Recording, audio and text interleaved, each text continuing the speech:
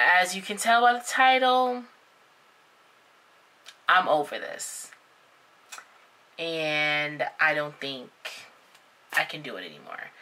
So thank you guys so much for watching up until this point. I really do appreciate you. And I truly don't have anything else to say. So.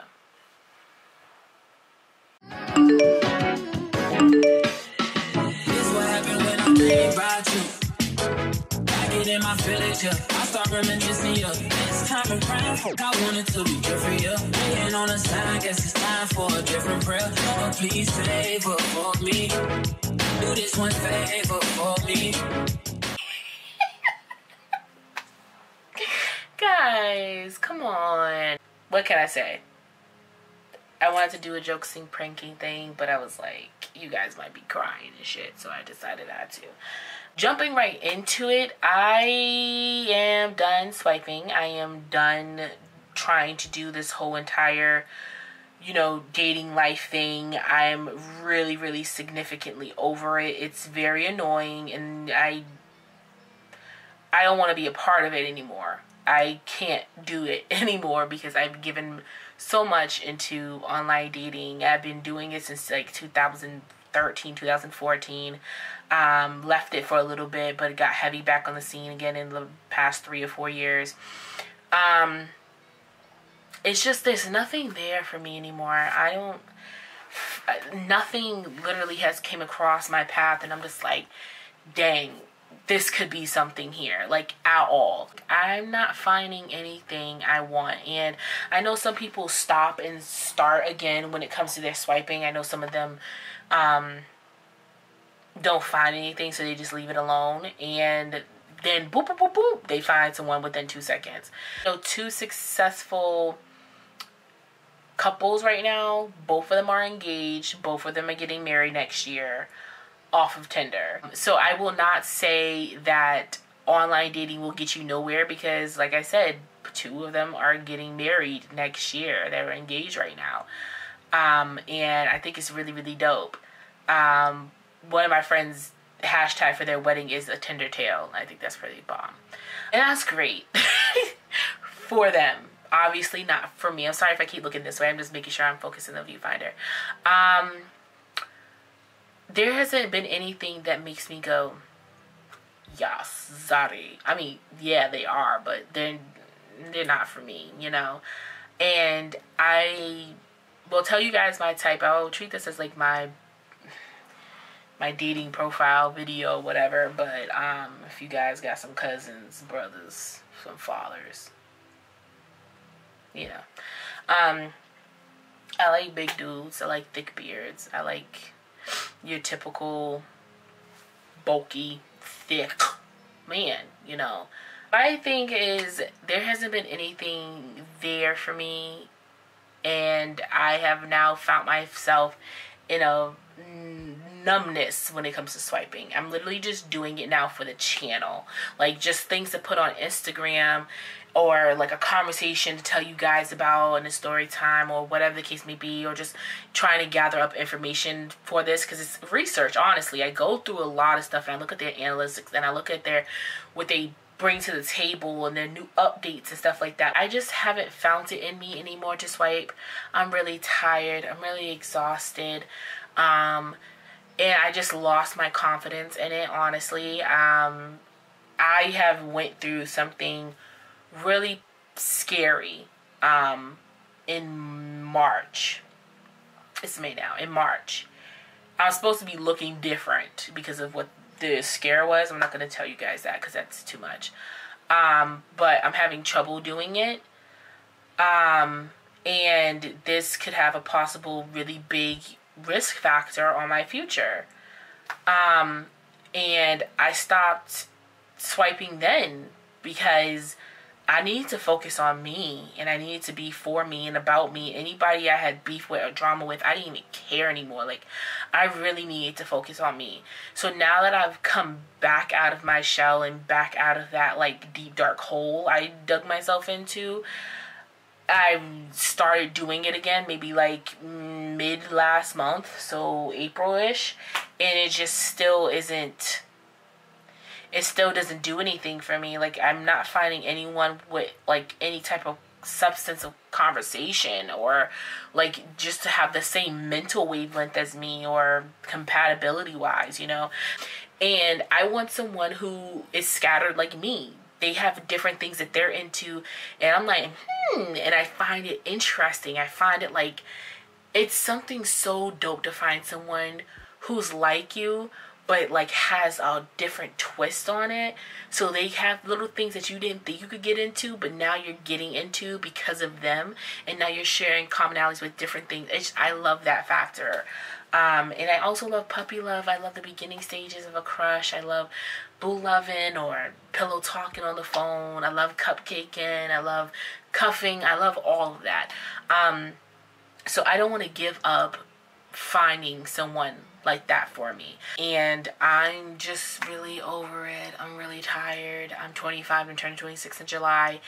And I'm in my mid-20s and I should be enjoying life, but it just feels like I was in a numbness one day swiping through and I just left everything. And that is a sucky thing to feel, and it's a sucky thing to feel like there's no one out there for you. Sometimes I feel like Moe from The Simpsons. If you remember, there's an episode like Moe looks out his window, he's like, I hope there's just someone there for me. And then like across the world in Europe or something, there was a woman who was perfect match for Moe, and she ended up doing herself off because she felt like she couldn't find love at all either. It's just annoying at this point, and I don't think I'm a whole person yet for that to happen. I think you find someone who compliments you and really is about you when you're a whole person, or when you needed them to be part of your life, you know. And I don't think I'm completely whole with myself yet, because what is this, a gnat? Want to hopefully find someone before it's too late, because I really am not going to have kids after 34, 35. My mom had me in her late 30s. She was 37 when she gave birth to me in July, and she turned 38 in October, okay? And I had a really good childhood. I loved my childhood. I had a great time. There were some parts that weren't that great, but besides that, it was what it was. I can't go back and change it. You feel what I'm saying? I'm not like charmed and stuff. So I wouldn't want to have kids past a certain age, because my mom's in her 60s now and I'm in my 20s. It's really not the greatest when you get to be a certain age and you can't do stuff with your parent because of the age that they are. Even though they mentally think they can do stuff, their body physically can't keep up with that kind of demand. So I don't want my kids to have that kind of feeling. And I love my mom to death. Like, she gave me the best childhood ever. But it's things like that, and I've told her this too. And also my father passed away when I was 7. And he was like 42, I believe, when he passed. So it's like men have a shorter life expectancy than females, naturally. I don't really have that many memories with him that I can hold on to. And year by year, the memories are slipping away. Like, I can hear his voice, but it's tuned differently than what it used to be. You know what I'm saying? My actual memories, like from my eyesight, are starting to fade. And I don't think I have any. I only have like one real memory of him, and the rest are made from me watching videos of the family and knowing that I was there, and then mentally putting myself there. So then I mentally was saying to myself, oh yeah, I remember because I was there, when I probably have no scrap of memory of it. It's just because of what I watched. And if I am blessed to have kids, and my mom has told me, like, I can't put that lifetime event from me and put that on unborn kids already, or that amount of stress on myself. But it hurt a lot. It hurt a lot as a 7-year-old to, like, poof, your father's gone 2 weeks after your birthday. And I wouldn't want something like that to happen for my kids. My brothers and my sisters were older. They have more of a kind of like thought process of him in their brain, and I don't have that. You know, there's kids out there who lose their parents younger than that and have nothing at all. At least I was at the memory where my brain was catching and holding on memories for long term. But I would just hope that I find somebody soon. Because, damn, like, you know. But yeah, I'm really tired. Dog, there's so many people in Massachusetts and the surrounding areas. Are you freaking telling me there's nothing there?